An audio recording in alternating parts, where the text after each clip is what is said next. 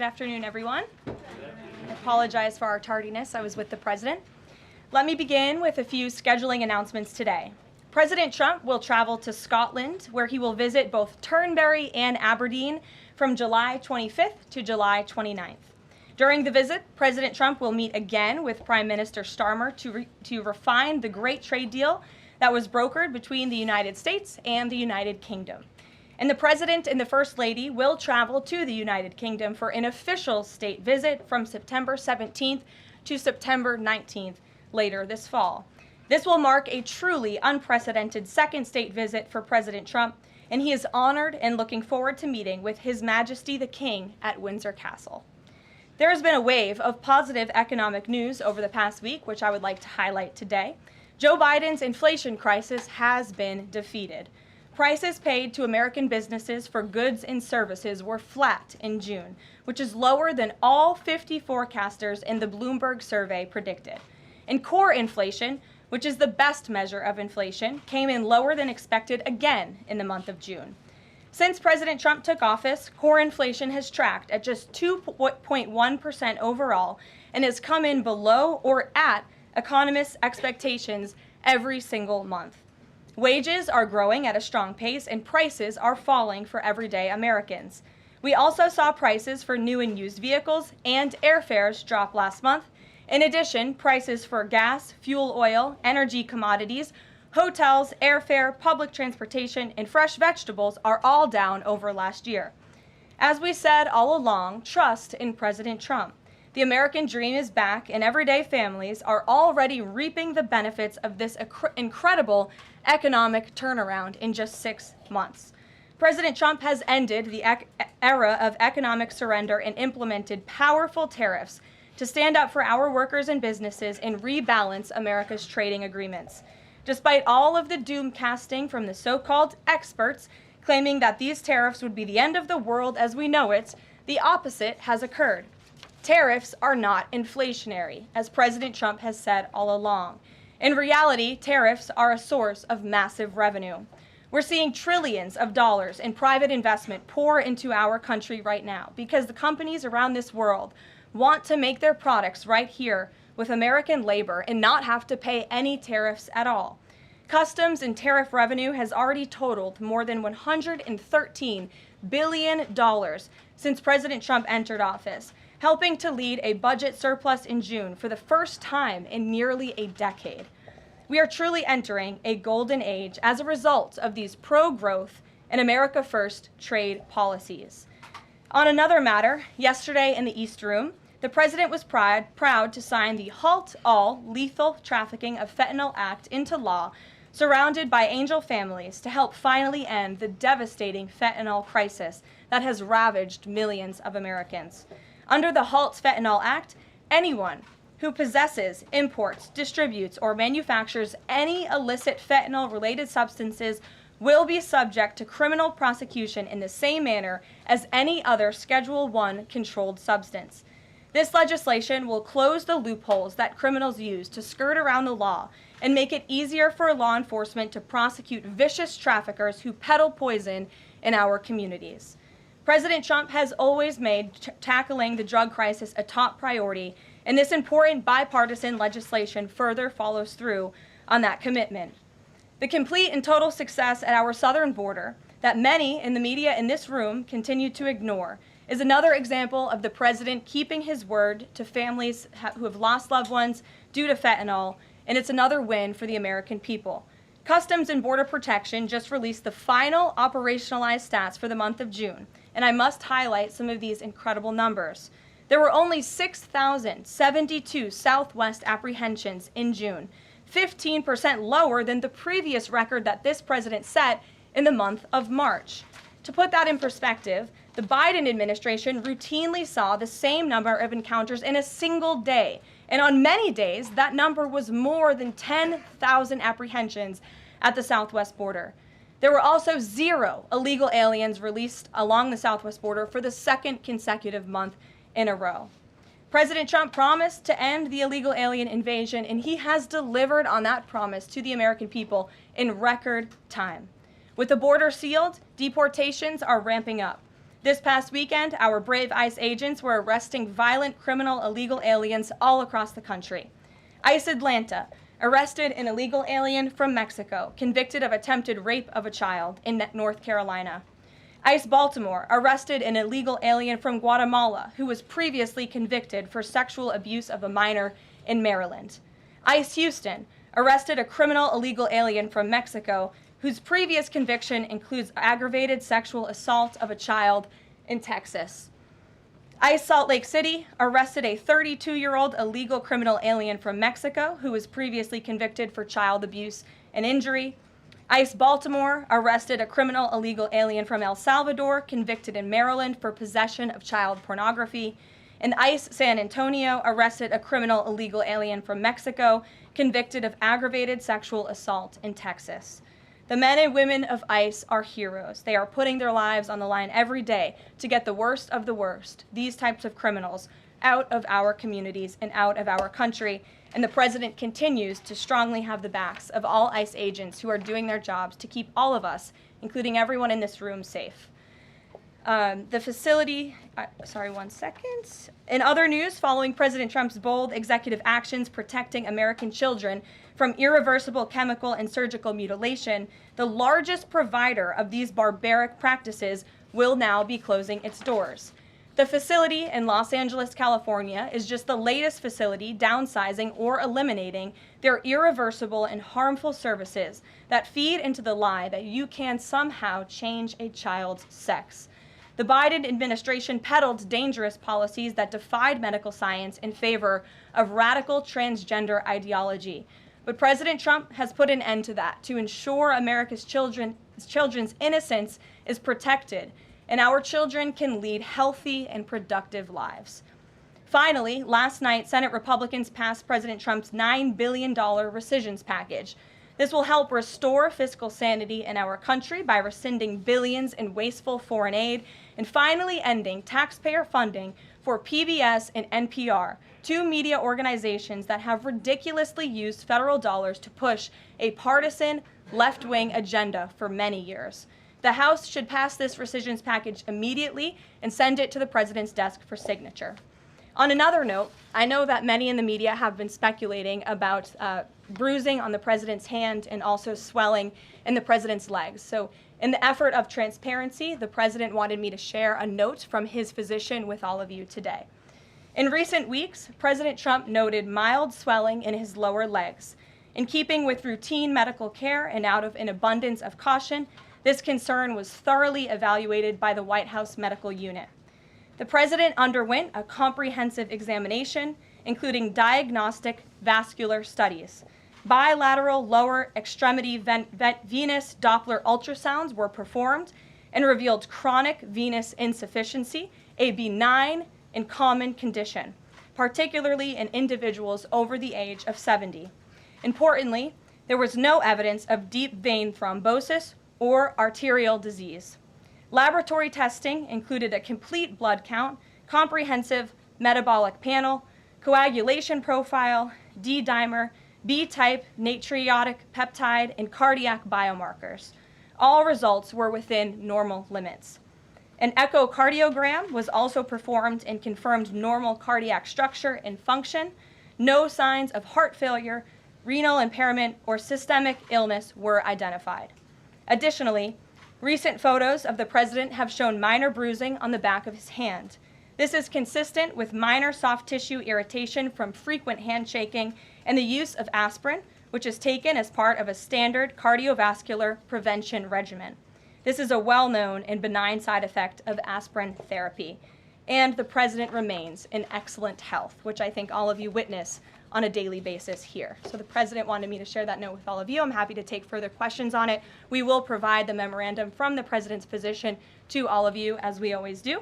And we'll get to questions. Here in our new media seat, we have Frank Corva, who's the White House correspondent for Bitcoin Magazine, which comes at a timely week with crypto legislation moving across Capitol Hill. So why don't you kick us off, Frank, and thanks for being with us. Thank you so much. We appreciate appreciate it, Ms. Leavitt. Sure. I was curious to hear if the President was in favor of removing any and all language around central bank digital currencies from the Genius Act, maybe as a means to get it across the line and get it on his desk. And then my second question was about something the President spoke about in this room. He talked about a $600 de minimis tax exemption for Bitcoin and other crypto spending. So I was just wondering if you could comment on those. Sure. Well, the President did signal his support for a de minimis exemption for crypto, and the administration continues to be in support of that. We are definitely receptive to it to make crypto payments easier and more efficient for those who seek to use crypto as simple as buying a cup of coffee. Of course, right now that cannot happen, but with the de minimis exemption, perhaps it could in the future, and we will continue to explore legislative solutions to accomplish that.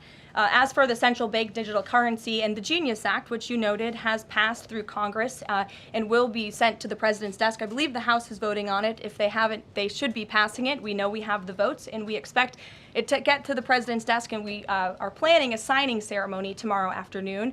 All of you will get more details on that. This piece of legislation is going to make America the crypto capital of the world, and that's what the President promised. As for a central bank digital currency, the President opposes that.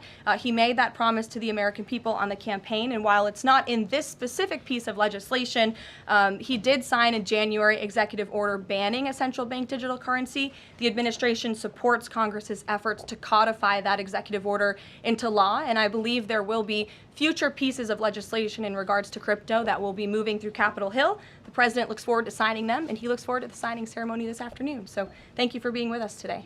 Sure. Jackie. Thank you, Caroline. There's been a lot of discussion about the Epstein files and the President's comments yesterday calling it a hoax. Can you clarify which part of the Epstein hoax is the hoax part? The President is referring to the fact that Democrats have now seized on this as if they ever wanted transparency when it comes to Jeffrey Epstein, which is an asinine suggestion for any Democrat to make. The Democrats had control of this building, the White House, for 4 years, and they didn't do a dang thing when it came to transparency in regards to Jeffrey Epstein and his heinous crimes. It was this President who directed the Department of Justice and the Attorney General to do an exhaustive review of all files related to Jeffrey Epstein, which they did. The Attorney General and the FBI, led by Pam Bondi, Dan Bongino, Kash Patel, these are great patriots, some of the most trusted voices in the Republican Party movement. It's part of the reason the President appointed them to these high law enforcement positions, and they spent many months going through all of the files related to Jeffrey Epstein, and they concluded what they found in that memo, which they drafted and they released. And so the President has been transparent. He has followed through on his promises to the American people, but he doesn't like to see Democrats in the mainstream media covering this like it's the biggest story that the American people care about. The President has been working so hard this week. On Tuesday, he went to Pennsylvania, where he secured $90 billion in investments for the Commonwealth, for the people of that state. After that, he came back to the Oval Office at 8 p.m. He went in there to whip votes to get the Genius Act signed into law. And because of his efforts, that bill is now going to be signed and passed. The following day, yesterday, he meets with a foreign leader, the King of Bahrain, to secure more investments into this country. And then yesterday afternoon, the President is in the East Room of the White House mourning with parents who have lost their children because of fentanyl, signing a bipartisan piece of legislation. And not a single cable network in this country took that event live and covered that event like they should. Those are the issues the President cares about. What could be more important to the American people than helping families who have lost their children? Those are the issues this President is going to remain focused on. I understand he wants to move on from this story, but you do have some prominent figures, including the Senate Majority Leader, the House Speaker, voicing support for the files to come out. Representative Massey collecting signatures that would force a discharge petition for a vote on the floor for this. It doesn't seem to be going away. What is stopping the administration from just redacting any sensitive information, grand jury information, and putting out what is appropriate so that the American people can decide and then let this story die? Well, in terms of redactions or grand jury seals, those are questions for the Department of Justice. Those are also questions for the judges who have that information under a seal. And that would have to be requested, and a judge would have to approve it. That's out of the President's control. He has said, in agreement with some of the leaders on Capitol Hill, that if the Attorney General and the Department of Justice come across any other credible evidence, they should provide that to the American people. The President has said that, and he agrees with them on that. Why did he fire Maureen Comey? The Department of Justice did, and I would defer you to them. Dasha. Has the White House been directly in touch with some of the MAGA influencers that are still not satisfied with the administration's handling? And has the message to them been similar to what the president has said, which is sort of either let this go or we don't need your support? Well, look, the president and this team are always in contact with the president's supporters, with voices of many kinds on both sides of the aisle. I think that's part of the reason this president is a great president, because he's willing to listen and hear other people's perspectives. But ultimately, he has led this country, not just over the past 6 months to historic success, but also through his first 4 years as president. And as the leader and the creator of the MAGA movement, he has led through these perilous times for our country based on instinct and in the best interest of the country. And as I always say, the American people should trust in President Trump. John, Fed chair? go ahead, John. Thanks a lot, Caroline. The president on Monday announced that if there's not compliance with Russia within 50 days, there would be increased tariffs. Can you explain how that works, first of all? What happens if Russia doesn't end its war with Ukraine in 50 days? Well, in 50 days, as the president clearly laid out, if there is not a ceasefire agreement or a peace deal within that time frame, if Russia refuses to legitimately agree to a ceasefire, then they will face very steep tariffs, and they will also face secondary sanctions. So countries that are purchasing oil from Russia will be sanctioned as well, and of course that will do deep damage to Russia's economy. And I would just add that the president wants this war to end with a diplomatic solution. He's been pushing for it. This administration has spent many hours and a lot of time trying to solve this war very far away, but the president wants to stop the killing and he wants to save lives. As far Reagan, as the first part go of ahead. what you were saying, Caroline. Reagan, the first go part, ahead. I have two questions for you. It's just about, if I may, just about the tariffs, the first part. I get the secondary tariffs, but there was only $3 billion worth of trade between the U.S. and Russia in 2024. It's expected to be far less this particular year. On April the 2nd, both you and the Treasury Secretary said it's not necessary to apply any tariffs on Russia. You said that because of the lack of trade, it precludes, that was the word you used, any need for tariffs. Why now, and why do you think that that would make them cave and come to some sort of peace agreement as it relates to Ukraine? $3 billion is still a lot of money, John, and it's not just tariffs, it's the secondary sanctions as well that will be implemented in 50 days. Reagan. Thanks, Caroline. I have two questions for Sure. you. First on Congress. Congresswoman Salazar introduced legislation that would give some illegal immigrants in the country a path to citizenship. 10 Republicans signed on to what she's calling the Dignity Act.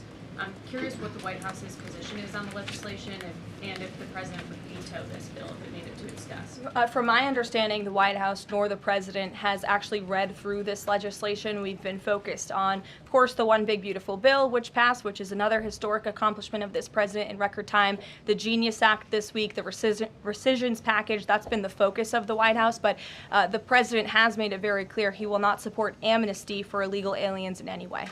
I want to give you a chance to respond to the CEO of NPR. She's claiming that the cuts to their network will, quote, be a real risk to public safety of the country. Congressman Murkowski has argued that public broadcasting stations save lives. Could you respond to these concerns? The NPR CEO said cutting NPR will be a risk to public safety. I am not sure how NPR helps the public safety of our country, but I do know that NPR, unfortunately, has become really just a propaganda voice for the left. Just a few examples for you. In 2020, NPR refused to cover the Hunter Biden laptop scandal in the run-up to the election. They said their assertions don't amount to much, writing they did not want to waste the listeners' and readers' time on stories that are just pure distractions. That does not sound like an unbiased opinion. That sounds like a partisan opinion to me. And this is a taxpayer-funded organization. In 2018, that same CEO that you're talking about called the president in the Oval Office, who nearly 80 million Americans elected, she called him racist, shared a photo of herself wearing a Biden for President campaign hat, serves on the board of a Soros-funded activist group. In 2020, PBS's White House correspondent at the time characterized President Trump's speech then at Mount Rushmore as a love letter to white resentment, promoting the myth of America. In 2017, PBS devoted an entire panel talking about what it means to be woke and white privilege. In 2023, PBS's Washington Week Roundtable covered up Joe Biden's clear mental divide. That's actually quite the clip. I would encourage all of you to look at it. These are not honest news organizations. These are partisan, left-wing outlets that are funded by the taxpayers. And this administration does not believe it's a good use of the taxpayers' time and money.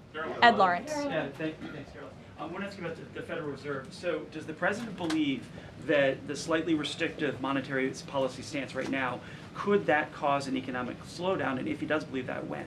What pause are you referring to? No, could the stance of the monetary policy is slightly restrictive? Does the president believe that that stance, the slightly restrictive stance, could cause an economic slowdown in itself? I haven't heard the president discuss that specifically, but what I do know in regards to the Federal Reserve is the president's been very transparent about his displeasure with both the policies and the management of the Fed, and he spoke about that to all of you pretty extensively in the Oval Office yesterday. And last month, one more if I could. Last month, the Canadian Prime Minister said the president had agreed to a July 21st deadline to sort of work towards a trade agreement. That's 4 days from now. Could there be a trade agreement with Canada in 4 days? Well, look, we'll see. The trade team continues to be very active in our conversations and discussions with Canada. The president himself has said, unfortunately, our neighbors to the north have been pretty difficult to deal with when it comes to matters on trade. But in trade, generally speaking, as you know, 25 countries have received letters thus far from the president directly with his big, beautiful signature on them, from Japan to Korea, South Africa, Kazakhstan, Malaysia, just a few countries, and Canada also received a letter for 35%. With that said, if countries want to have legitimate further discussions, the Trump administration and the president's trade team are willing to have further talks, but these letters these countries have been receiving are the deals. And as the president has said, those deals will be made. They are tailor-made to each and every country based on the United States' concerns and what's in the best interest of the American worker and the American people. Charlie, go ahead. Thank you, Caroline. No, I called on Charlie, but Deanna, you can go ahead too. Go ahead. The president said that he floated the idea of a special prosecutor in the Epstein case. Can you confirm that? And has he asked the Attorney General to do this, to appoint a special prosecutor to look it over? Well, the idea was floated from someone in the media to the president. The president would not recommend a special prosecutor in the Epstein case. That's how he feels. And as for his discussions with the Attorney General, I'm not sure. Deanna. Caroline. Thank you so much. Do you know what the president's reaction was to Mike Johnson saying that he wants additional files released, the Epstein files? Was there a conversation with Mike Johnson about that following his comments? I won't discuss the president's private conversations with the Speaker of the House, but as I answered to Jackie's question earlier, the president has said if the Attorney General and the Department of Justice and the FBI have any more credible evidence in regards to Jeffrey Epstein's crimes, they should put that forward. He has called on them to do that. Sure. Thank you, Caroline. With a few days. I'll go to all of you, starting with the lady in the blue. Go ahead. With a few days to the August 9th deadline, how are the negotiations with Europe going? There's some sticking points. What are they? Can we expect a delay, or should we expect a deal soon? Well, I believe the deadline is August 1st. As for the European Union, they continue to be very eager in negotiating with our country for obvious reasons on ways to lower their tariff and their non-tariff barriers that we have long said harm our workers and our companies. So the president's trade team continue to be in talks with the European Union. Would he accept, or would he put forth a postponement of the August 1st? He's already said he will not. Caroline, Owen, go ahead. Caroline, good afternoon, Caroline. In Gaza today, Holy Family Catholic Church was struck by an Israeli shell. Yes. 3 people were killed, 10 wounded.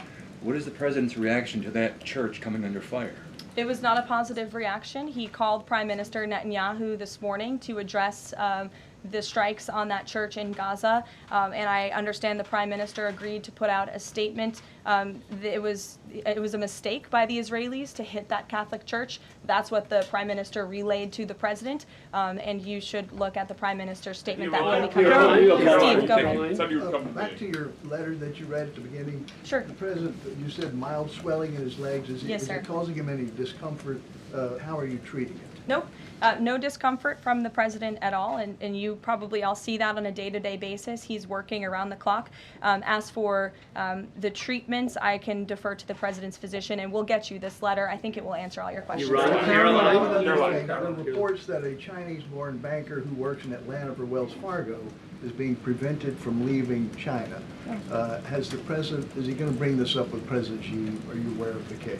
I'm not aware of the case, but I'm sure our National Security Council team is. Steve will get you some answers on that. Thank you. Kristen. Thank you, Caroline. Two questions. So the first is that President Trump said that the Attorney General only gave him a brief overview of what was in these Epstein files. Does he have knowledge or an understanding of what is in the files related to Epstein that have not been released? Not to my knowledge, and that's a question for the Attorney General, as I said, and the President has told the Attorney General if they have any more credible evidence, they should release it. Is that evidence, would she have to run that by the President before she released it? I don't think so. He said if she has any more credible evidence, she should release it. Your Honor. Go ahead. Thank you. Go ahead, yes. Great. Thank you, Caroline. Two questions. One, today. And you can go ahead, Andrew. Don't worry. Today, tens of thousands of folks are rallying nationwide to honor the legacy of Congressman John Lewis. Meanwhile, Republicans in Texas reportedly are working to redraw congressional maps at President Trump's urging. How is President Trump reconciling his call to action for Texas Republicans with the legacy of Representative John Lewis? I'm not quite sure how the two things are related. I think the president would agree that John Lewis served our country for many, many years. It has nothing to do with the redistricting efforts that are currently underway by Texas Republicans to add seats to their legislature. They have the right to do that. The president spoke to the congressmen and women who serve the great state of Texas about it, but it's up to them and it's up to their legislature to get that approved. And Caroline, this is the second question. And Go does ahead. the president support the Justice Department's request for just 1 day in jail for the officer convicted in Breonna Taylor's killing? And what message does he believe that sends to her family and to other families seeking justice in cases of police violence? I haven't talked to the president about that case. Go ahead. Just the president, when the president met the interim president of Syria a couple of months ago, he described him as a young, tough, attractive guy. After the latest clashes in Syria over the last few days, does President Trump still support Syria's interim president? The president still supports Syria's pathway to a peaceful and prosperous country, and you received an update directly from the Secretary of State on the ongoing situation between Syria and Israel. I spoke to him myself this morning to get an update, and as soon as the United States became involved in this conflict, we were able to de-escalate, deconflict. That seems to be continuing. Syria agreed to draw back their troops that were in the area where that clash was ongoing, and we continue to be very actively monitoring the situation. The president wants to see Syria become a prosperous and stable country, and by the lifting of the sanctions on Syria, he's giving them a real chance to do that, and he wants to see that through. Andrew, go ahead.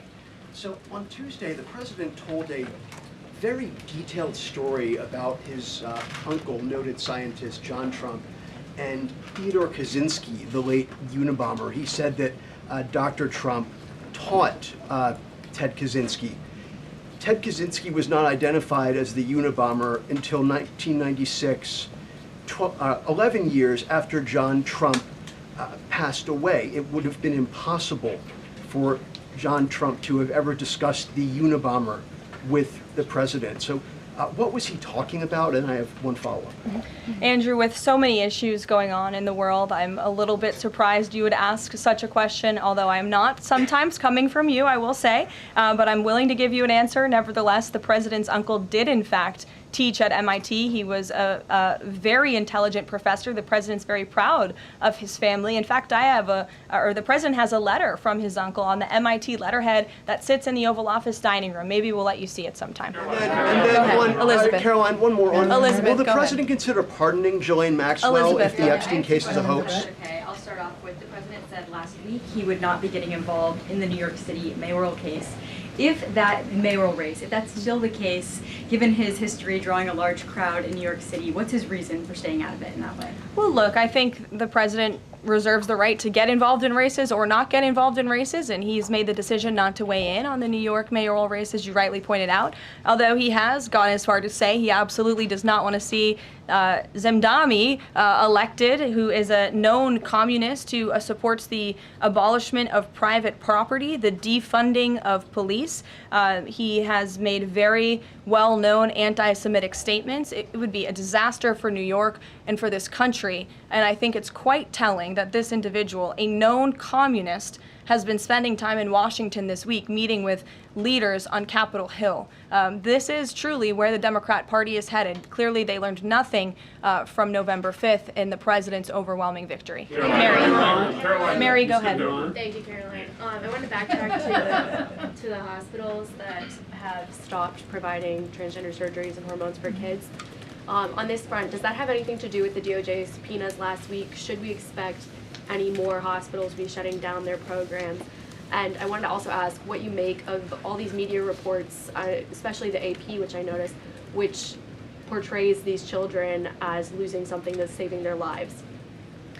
Yes, I think the president spoke a lot about this issue, which is a political issue, but also really a cultural issue that impacts children and families. He talked about it a lot on the campaign, and I think he was quite surprised by the uptick we were seeing in the embracement by the Democrat Party when it comes to the chemical castration and mutilation of young, innocent bodies. And so the president made it a very early priority to sign very strong executive orders to cut off the funding for any hospital or any medical facility in this country that provides such barbaric procedures. And as a result of that strong policy and the president's strong common sense position on this issue, we've had such an overwhelming response, which is great for children in Arizona. Phoenix Children's Hospital has stopped providing puberty blockers and hormone therapy to minors. In California, Stanford Medicine ended sex change surgeries for minors. Children's Hospital Los Angeles is closing its Center for Trans Youth Health and Development surgical program. In Illinois, Lurie Children's Hospital Chicago stopped sex change surgeries. Again, let's think about what we're talking about here. Sex change surgeries for minors. These are barbaric practices that no child, innocent child, should have to endure. And the president wants to protect the innocence of children, and I know the vast majority of Americans support him in that effort. This is a wildly popular and common sense endeavor this administration has taken, and we've seen many of these medical institutions have followed through with the president's executive orders, but will continue to take further action on this important issue. Garrett. I too, if you'll indulge me. Sure. On the recisions package, I wonder what the White House makes of this theory that it increases the odds of a shutdown. The theory is basically, why would any Democrat vote for a bipartisan spending deal with Republicans if Republicans can turn around and claw the money back the next day? Look, $9 billion worth of crap that it was in our federal funding that is now being rescinded. This is a good thing for the American people and the American taxpayer, and I think our Office of Management and Budget Director was saying this process should be more bipartisan. Democrats, there was a time in this country where Democrats too cared about getting rid of waste, fraud, and abuse in our federal spending. I think every American agrees the government spends way too much money on things that don't matter. Some of those things includes PBS and NPR, or for instance, the Democracy Fund, which was funded to the tune of $83 million through the Department of State, but they were giving hundreds of thousands of dollars for gender equality and empowerment hubs in Yemen, $3.9 million for strengthening information integrity, equality, and democracy for LGBTQI population of the Western Balkans. These are not good uses of the taxpayer funds, and Republicans are proud to lead that effort, and we wish more Democrats would join us in that. I wanted to follow up on the Maureen Comey question just to clarify. Did the White House have any knowledge, or did the president sign off on her firing? This was a decision that was made by the Department of Justice. There was an agreement that was made between Immigration and Customs Enforcement and the Centers for Medicaid and Medicare Services regarding access to Medicaid information for 92 million Medicaid recipients around the country. That includes health information. So how does that not violate HIPAA violations and privacy concerns, for example, of American citizens? I'm going to have to defer you to Immigration and Customs Enforcement on that. I'm unfamiliar with that agreement that they made. Thanks, Caroline. Two questions. Rusvote said today he's going to be looking into cost overruns in the Fed's renovation projects.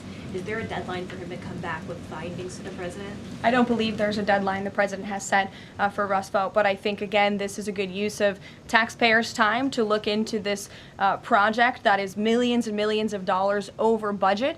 It's for a big, beautiful mansion for the federal chairman, reserve chairman, and I understand that it costs much more than it did the beautiful palace that many of you joined us at when we went overseas. So it's completely unnecessary, it's overpriced, and I think it's a good thing the administration, led by the president, is looking into it. If there ever were to find wrongdoing or fraud, would the president reconsidering firing Jerome Powell? Look, it's a hypothetical question. We'll see where it goes. The president spoke about how he feels on this matter yesterday. Sure. Sure, Thank go you ahead. so much, Caroline. So we saw Ambassador Huckabee arrive to Prime Minister Netanyahu's trial to show his support. Does the president plan to impose any kind of sanctions against the Israel judicial system? I don't have any update for you on that or any announcement on that front. I don't believe so. Does the president believe that justice has been served in the Epstein case? Look, the president believes that he directed the Department of Justice to do an exhaustive and thorough review, and they did that. And they all agreed, the FBI director, the deputy FBI director, the attorney general, on the memo that they drafted and they released. Thank you, Caroline. Just a follow-up on Reagan's question. Representative Salazar's bill, it grants illegal aliens with legal status for 7-year increments. It also gives permanent path to residency for so-called dreamers. And, you know, President Trump and Labor Secretary Chavez, who previously co-sponsored a version of this bill when she was in the House, they've spoken about a work deal similar to the bill, I believe. What's the difference between a work deal and amnesty? Look, as I told Reagan, the president, the White House have not reviewed this specific piece of legislation. It's just not where our focus has been. But the president, for one, has been very clear he does not support amnesty. Caroline, We'll go to, oh, look at some friends in the back. Brian, go ahead. You didn't show up early enough to get some good real estate up here. I love it. Any update on the auto pen? I know that there was the DOJ and some others were looking into the thousands of documents that were signed off just before Joe Biden left office. Any update on the auto pen? Yes. I'm not laughing at you. I'm just laughing at how far away you are, and you're going to need to get some microphones back there. On the auto pen investigation, yes. The White House counsel's office has launched their own investigation into former President Biden's usage of the auto pen. We have requested some documents from the National Archives, and again, as I've said many times from this podium, and the president has said as well, it's incredibly important that we get to the bottom of who really was at the tip of the spear in the decision-making process here in the White House, because former President Biden himself admitted to the New York Times, I understand he never gave interviews when he was here, but now all of a sudden he wants to give one, and he said that he did not actually review every single pardon that he signed on his way out the door. That's incredibly concerning, and I can tell you it's something this president would never tolerate. This is a president who is signing things all the time. Any document that has legal implications, this president's signature is on it because he's the one making the decisions. It does not appear that was the truth in the previous White House, and I know the American people want to receive answers on who was running the show, because the decisions that were made in this place really destroyed our country, and we deserve to get to the bottom of it. Mark, in the back. Thanks. Some Christian groups are complaining that they are not able to get visas as quickly to travel to Israel, and it's been elevated to Ambassador Huckabee's station. Is the White House aware of that? Does it have any reaction to that? And is that part of the president's disappointment with Netanyahu and his government? Look, I'm not aware of that, Mark, but I'm sure, again, our National Security Council is, and also the State Department. As you know, travel visas roll through Secretary Rubio's shop over there, whom we work very closely with, so we will check in on the matter. But I know overall this president and the administration do want to streamline the visa process to make it easier for both Americans who want to travel abroad and people abroad who want to come to our country the legal way. Sure. Go ahead. I was going to the gentleman above you, but go ahead, Libby, and then you can go. Sorry. Okay. Two questions for you. The first is, during the Hill Nation Summit, Secretary Noem suggested there could be some changes to TSA's liquid limits. Is the President aware of that? Is that an idea that he's backing? And what would that timeline and the changes look like? Sure. I would defer you to the Department of Homeland Security, but I did see Secretary Noem's comments, and I think it's great that on day one she asked TSA, what are we doing right? What are we doing wrong? How can we make air travel more efficient while maintaining utmost security for American passengers and travelers? And I know they announced no more shoes, or you don't need to take off your shoes anymore at the airport, which I think is welcome news to all of us who travel a lot. But further guidance or decisions, of course, that's in the Secretary of Homeland Security's overview, and I would defer to her. And the other question for you is on Bondi and Burgum's trip today to Alcatraz. I'm curious what the funding is going to look like for that, and who the President does want to see incarcerated there, if it were to become. Sure. Well, this was an idea of the President. He spoke about it in May, and he directed his administration to review a reopening plan for Alcatraz if it is possible, which is why the Attorney General and the Secretary of Interior have traveled there today. They are touring the site, and if the Alcatraz prison is reopened, it would be under the purview of the Bureau of Prisons. And the Secretary of Interior also would play a big role in this as well. So they're there to review the site today, and I'm sure you'll hear more from them on it later. And just to follow up, Libby, on who the President wants to see housed in Alcatraz, the worst of the worst criminals in this country, both American criminals who convict heinous crimes, but also illegal alien criminals before deportation as well. Sure. Go ahead. The State Department yesterday urged the Chinese Communist Party to cease its campaign to eradicate Falun Gong, a peaceful spiritual practice. With the anniversary of this brutal persecution approaching, does the White House have a message for the CCP on this? Well, I will get you one, and we will get back to you. Sure. Go ahead. We'll take. Go ahead, and then go ahead. Sure. I've never called on you. Why don't you go ahead? In the red tie. Me. Dr. Harper behind you. Thank you. Yes. Go ahead. Go ahead. Me, thanks. Yes. Thank you, Caroline. Yes, you. What's your name? My name is Matias. Thank you. What's your outlet? I'm from Record TV, Brazil. Great. Brazil's President Lula recently said that President Trump was elected to govern the United States and not to act as the emperor of the world. And he also emphasized that Brazil is open to negotiation. I'd like to hear what you have to say about it, what the administration has to say about it, and specifically what areas are currently open to negotiation in the light of the 50% tariffs that were announced. Sure. The President is certainly not trying to be the emperor of the world. He is a strong president for the United States of America, and he's also the leader of the free world. And we've seen a great shift across the entire globe because of the strong leadership of this president. In regards to Brazil, the President sent a letter to Brazil announcing their new tariff percentage. He also directed our USTR Ambassador Jameson Greer to launch an investigation of Brazil under Section 301 of the Trade Act of 1974, designed to address unfair foreign practices that are affecting U.S. commerce.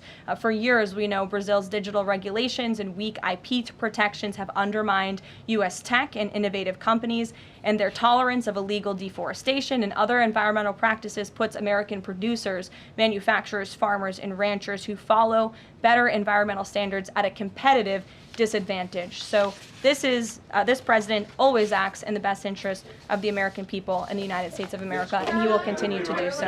Thank you very much, everyone. We'll see you later. I appreciate the enthusiasm today.